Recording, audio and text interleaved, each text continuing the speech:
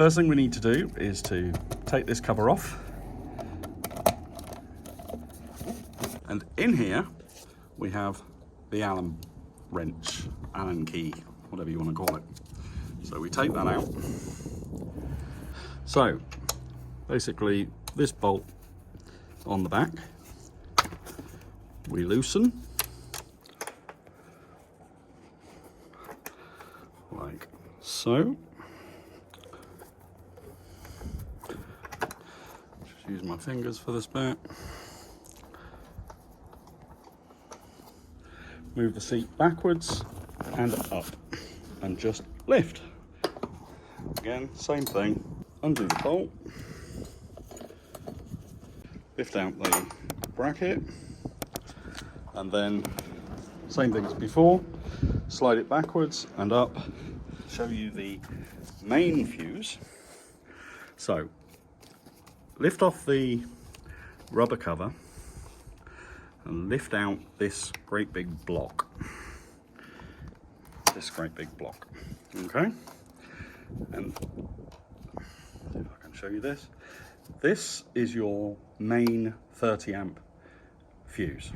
If nothing on your bike works when you switch on the ignition, try this fuse. That's a spare. So you always have a 30 amp spare. Okay?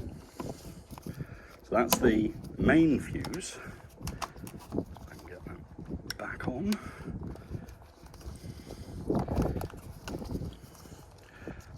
Back on, rubber cover back over, although I'm fairly sure that's upside down. Your other fuses. So, you have two little bits here.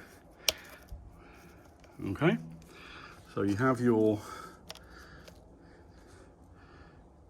fuses in here. The top shows you what they are. So these are your spares, and these are the actual in-use fuses. Okay, so you have a spare 5 amp, spare 25 amp.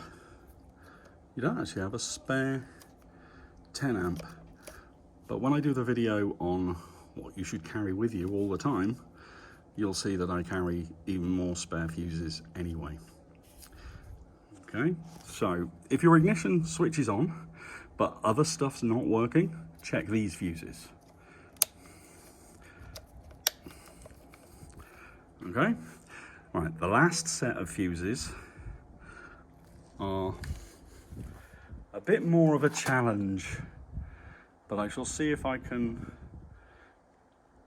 show you, even if I just show you where they are, because with the engine bars it's a lot more difficult to get the bike to get to the fuses. I'll show you why now. You'll have to excuse me if this isn't very good. I'm direct line of the sun, so I can't actually see what I'm recording. So I'll do the best I can.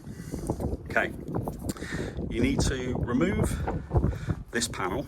Oh, look at all that dust. You need to remove this panel. There's a bolt here and one at the, a Allen bolt here and one at the bottom. Once you've got that off, you need to remove this plastic cover.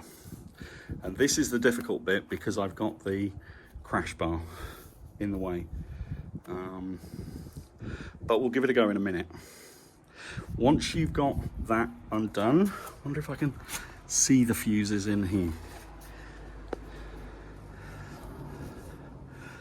Not really. They are in there. They're just up here. Yeah, I'll have to see if I can take that off and show you. Okay, I've taken off the cover. I've not taken off the plastic surround. I would need to do that if I wanted to actually get at the fuses and change them. But I'm only showing you where the fuses are. This is the same sort of fuse housing as on the side of the bike. So on the far end, it has a little clip lifted up and you can access the fuses. 3 fuses in there. There's a 15 amp fuse, then there is a 10 amp fuse and a spare 15 amp fuse. So again, you don't have a spare 10 amp fuse.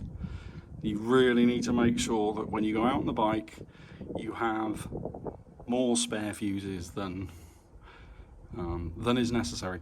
Perhaps Kawasaki don't give you a spare 10 amp fuse because those 10 amp circuits don't do anything that you need to be able to ride the bike back home. I would always recommend having spare fuses anyway, so your choice. So anyway, there you go. That's the other